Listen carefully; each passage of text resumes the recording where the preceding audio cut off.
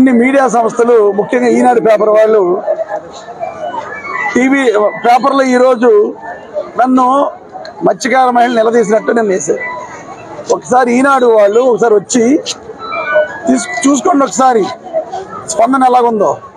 అంతే తప్పితే లేనిపోని అభూతమైన ఫోటోలు వేయటం, బ్యాడ్ ప్రాపగండా, బ్యాడ్ ప్రచారం చేయటం మానుకోమని తెలియజేస్తాను. చెప్తున్నాను ఈరోజు ఈనాడు పేపర్కి, ఆంధ్రజ్యోతి, ఏబిఎన్ వీళ్ళందరికీ కూడా ఖచ్చితంగా గెలిచి తీరుతాం కాకినాడ పట్టణంలో. అప్పుడు చెప్తాం ఈ బుద్ధి వచ్చేలాగని తెలియజేస్తాను. ప్రజల దగ్గరికి ఖచ్చితంగా గుండె ధైర్యంతో వచ్చాను ఈరోజు ఏటుమగ. గతంలో ఏ రాజకీయ నాయకుడైనా ఏటుమగ రావాలంటే భయపడే పరిస్థితి, ఎందుకంటే ఎలక్షన్లో మాట ఇచ్చి మళ్ళీ కనపడరు ఈ ప్రాంతానికి. కానీ అలా కాదు, ఈ ప్రాంతానికి ఏదైతే మాట ఇచ్చానో మాట ప్రకారం అన్ని చేశాను, ఇవన్నీ కూడా చేశాను.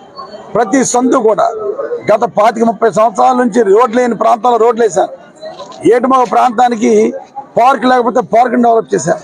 అదేవిధంగా ఇక్కడ బాతులు లేకపోతే బాతులు కట్టించాను. అలాగే మత్స్యకార దేవాలయం కావాలంటే గంగమ్మ దేవాలయం కట్టించాం, కమ్యూనిటీ హాల్స్ కట్టించాం. గతంలో లేని విధంగా ఏటుమగను డెవలప్ చేసాం. మరలా ప్రజలందరినీ వేడుకుంటున్నాను, ఇంకొకసారి అవకాశం ఇవ్వండి. ఓఎన్జీసీ, రిలయన్స్ వల్ల నష్టపోతున్న మత్స్యకార కుటుంబాలు, అందులో ముఖ్యంగా ఏటుమగ ప్రాంత వాస్తవ్యులు కానీ, దుమ్ములపేట ప్రాంత వాస్తవ్యులు కానీ, సముద్రం మీద వేటాడికి వెళ్ళే ప్రతి వాడికి కూడా నష్టపరిహారం ఇప్పిస్తానని చెప్పాను. ఆ విషయం మీద పోరాడాను. 18 రోజుల్లో కమిటీ వేశారు.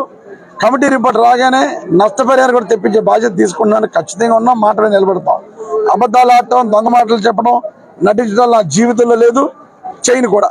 కనుక తెలుగుదేశం పార్టీ వాళ్ళు కానీ, కొండబాబు కానీ, చంద్రబాబు కానీ, పవన్ బాబు కానీ తెలుసుకోండి, అబద్ధాల ప్రచారం మానుకోండి, దుష్ప్రచారం మానండి. ఒక్కసారి ఏటుమగలు వచ్చి చూసుకోండి ప్రజాస్పందన ఎంత ఉందో. పనిచేసాం కాబట్టి నన్ను ఆదరిస్తున్నారు వాళ్ళందరినీ ఈ సందర్భంగా తెలియజేసుకుంటూ